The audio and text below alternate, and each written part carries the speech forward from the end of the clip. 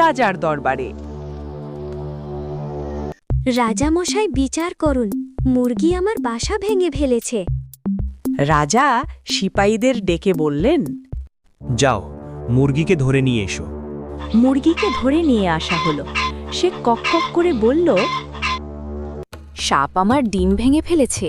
সাপকে ধরতে গিয়ে পিঁপড়ার বাসা ভেঙেছে।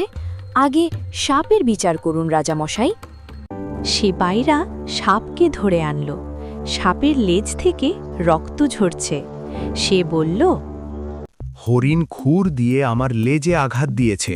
আমি পালাতে গিয়ে মুরগির ডিম ভেঙেছি। হরিণের বিচার করুন রাজামশাই। সিপাহীরা গিয়ে হরিণকে ধরে আনলো। হরিণের চোখে ভয়। সে বলল, সারস পাখির দোষ। সে হঠাৎ ডানা ঝাপটেছিল। আমি ভয়ে